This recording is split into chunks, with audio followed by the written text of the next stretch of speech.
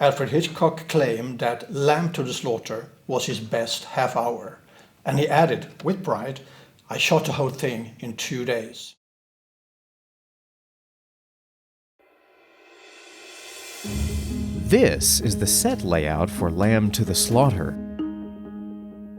Hitchcock made use of the depth of this set in order to create tension for the audience. In the living room, Patrick declares that he's leaving Mary. Hitchcock follows Mary's reaction as she walks to the garage to grab a frozen leg of lamb.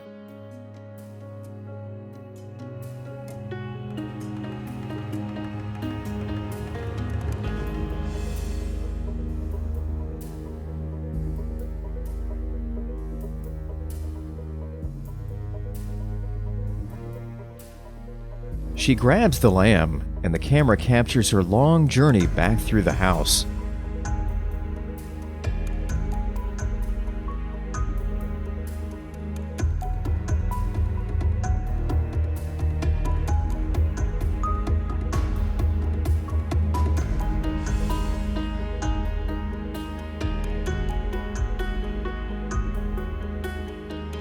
The moving camera causes us to feel an emotion, an empathy for Mary's reaction to events. She puts this piece of evidence in the oven for dinner. So by composing the oven in the background throughout the rest of the film, it allows the set to increase screen tension. Each time the police walk toward the oven, she gets tense. I want you to go outside right away and comb every inch of the garden. Have those fellas out there help you. Lamb to the Slaughter is a special episode of the Hitch20. It seems to resonate with Hitchcock fans and academics. Today, special guest commentary from Dr. Susan Smith will also examine the suspense model of this episode. But first, how did Hitchcock pick the perfect story? I wish I could help you more. These are the forgotten gems of Alfred Hitchcock. Join us as we explore the 20 television episodes Hitchcock personally directed. The Hitch20.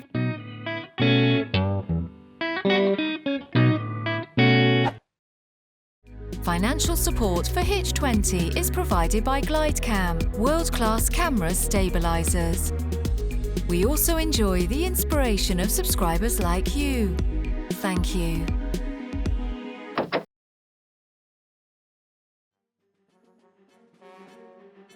How do you know if a story is good enough to be made into a film? This is a question that plagues many filmmakers. Hitchcock was very interested in this question and was quite choosy about the stories he directed. Lamb to the Slaughter is probably Hitchcock's most famous episode of television.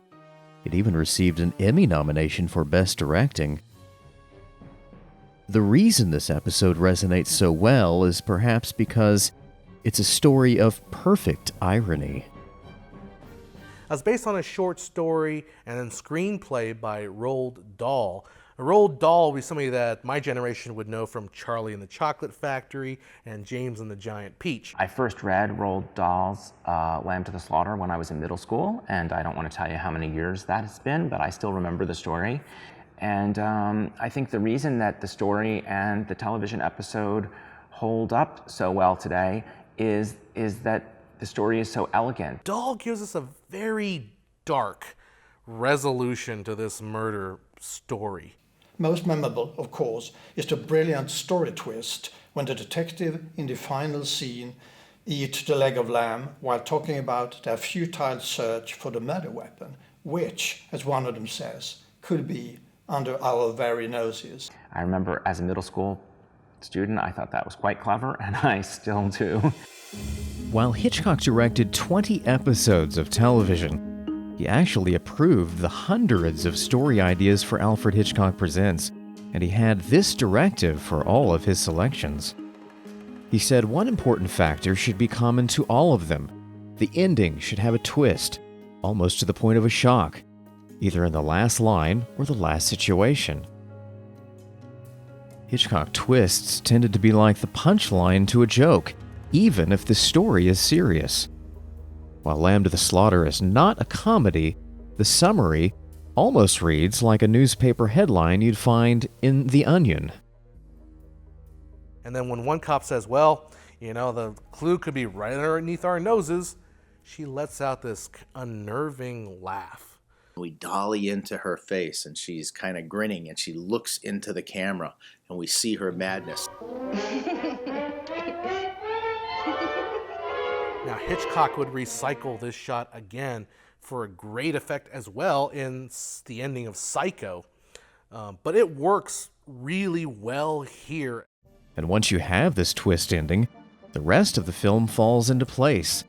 Everything then has a purpose, as a misleading setup to prepare the audience for the big punchline at the end. When we come back, the suspense model of Lamb to the Slaughter, plus a special commentary from Dr. Susan Smith.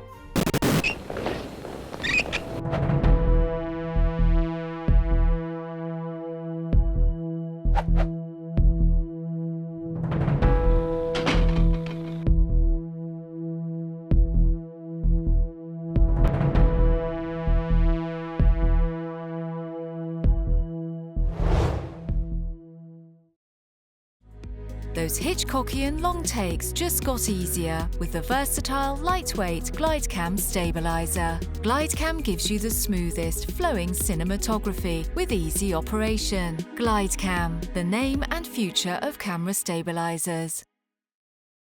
The aspect of suspense, I think that seems to be somewhat of a lost art. I don't know if, or it doesn't seem like people today have the patience or the attention span for it. And I think it's something that you can do very cheaply if you're just kind of looking at the budget of a production. This was all camera techniques and skill of a director. The suspense model in this episode is essentially identical to the Sam suspense model, which we outlined in episode 7. Hitchcock begins by withholding information from the audience to pique our interest. Darling, something the matter? When Charles comes home, he avoids eye contact with Mary at almost all costs. She goes to kiss him, And he turns his head, and right at that moment the music stops. All of a sudden the whole mood of the episode changes. She starts asking him questions and he does not respond. And his silence after the second or third question makes the audience very uncomfortable. And this discomfort builds tension, and it lets the audience know that something serious is about to happen. Now, while his back is turned, she is telling us, the viewer, that she's pregnant. She asks about his day. She wants to make him supper. She is like the ideal wife. She is Mrs. Cleaver, right? Through the use of hard lighting, Hitchcock is able to make him look a little more menacing. Every time they show him, he's lit hard. The background's dark behind him. What does he say? I'm leaving you. I got this chick. She likes me. I like her. You know, we're going to try to make it work. It's all good. Patrick, I won't let you. Try and stop me. In step 2, the protagonist commits a crime, and this comes as a shock to us, so we're immediately curious about how she's going to get out of this.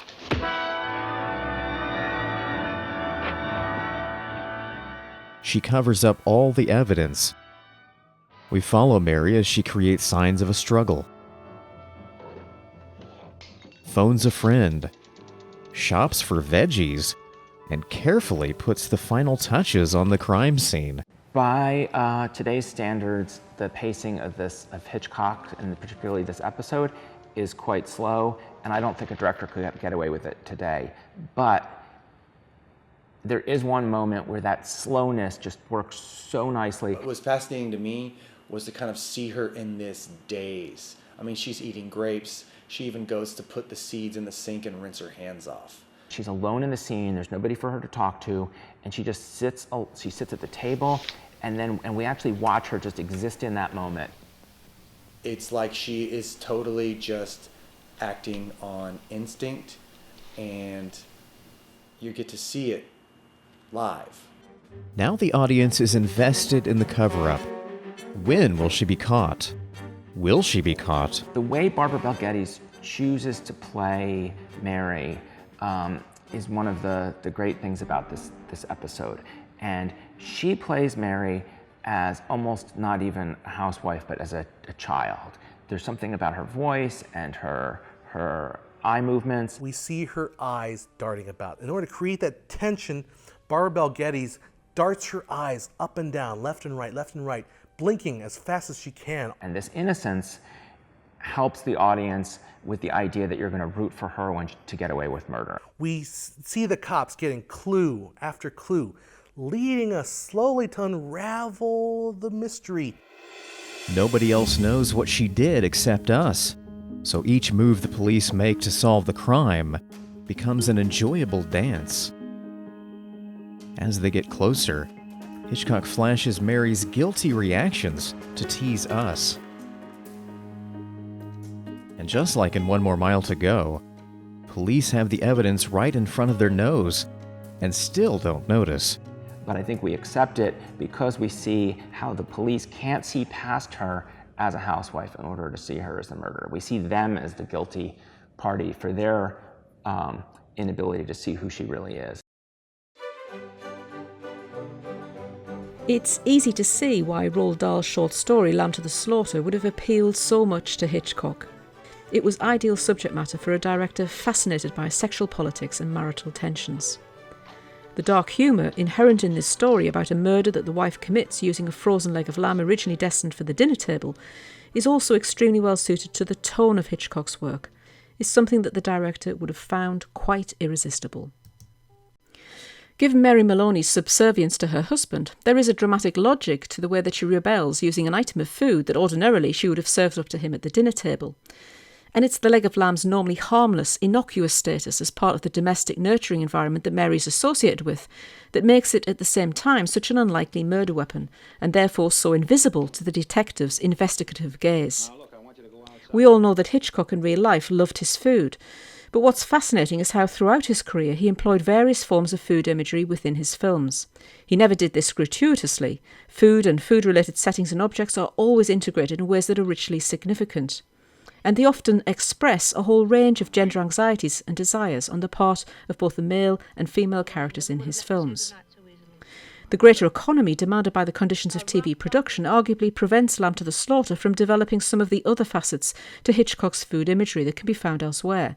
But the brevity of the episodic format perhaps accounts for one of the clearest illustrations of this very idiosyncratic preoccupation in the director's work. In using food to stage a memorable drama of gender rebellion, Lamb to the Slaughter is vintage Hitchcock.